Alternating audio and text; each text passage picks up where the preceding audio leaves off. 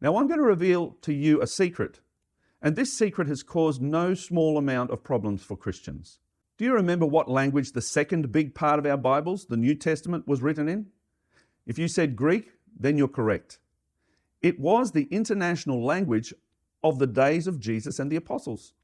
So the New Testament was written in Greek, but it was written in a Hebrew setting. Therefore, Greek words had to be used to describe Hebrew thinking. Now we've learned that the Torah means far much more than law. But when it came to communicating the idea of Torah into Greek, do you know what word was used? The Greek word used to explain the Hebrew word Torah was nomos. And does nomos mean the same as Torah? No. The Greek word nomos simply means law, specifically rules and regulations. Can you see a slight difficulty about to emerge? The Greek translation of Torah, which is nomos, has limited the beautiful, colourful meaning of Torah, or God's instructions, His ways and His paths given to His children to lovingly direct them. Nomos has unfortunately reduced the beautiful meaning of Torah to a very clinical, black and white set of legal rules.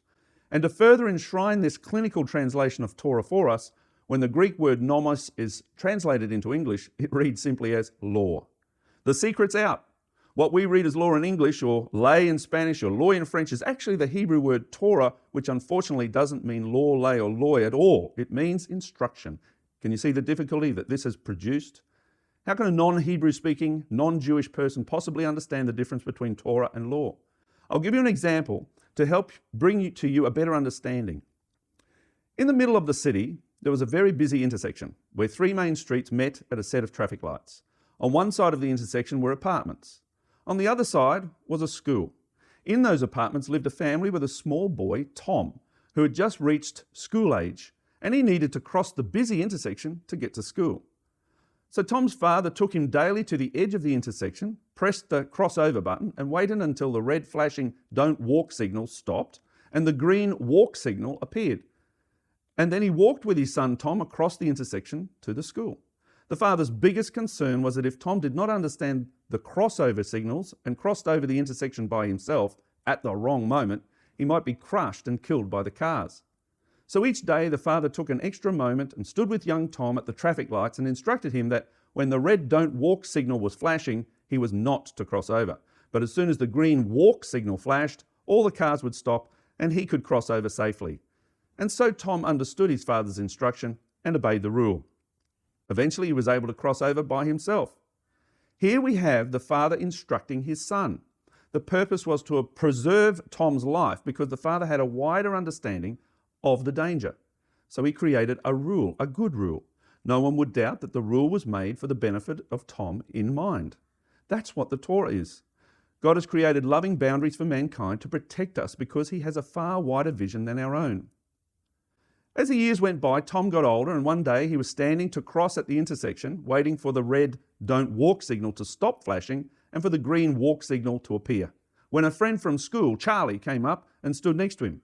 Charlie said to Tom, "What are we waiting for? Let's cross the road now. Why wait for the green signal? That's just a rule. No one's going to stop you if you go now. Look, nothing's coming. Let's go."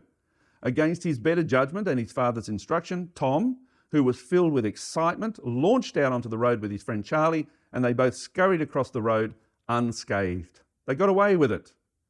The next day, Tom again stood at the intersection by himself, filled with new confidence from the success of yesterday's adventure, and he decided that he would attempt to cross the road again while the red "Don't Walk" signal was flashing.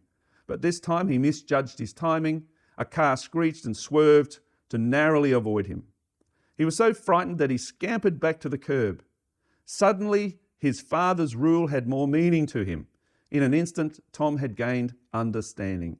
It was not just a rule put there by his father to restrict him. It was a valuable instruction given to him by his loving father to provide a boundary that would preserve his life and the lives of others. This is an example of the difference in meaning between Torah in Hebrew, which means God's instruction to guide us through life, and nomos in Greek, which means law, rules and regulations. So generally speaking, when the word Torah is used, it refers to the first 5 books of the Bible, in which the instructions of God for the Jewish people and all mankind were given by God to Moses. Are you ready to deepen your relationship with Him and live a life firmly rooted in His love and teachings? Join the Milk course today and build the deepest of deep foundations. Embark on a journey of faith, transformation, and eternal hope. Looking forward to seeing you in Milk.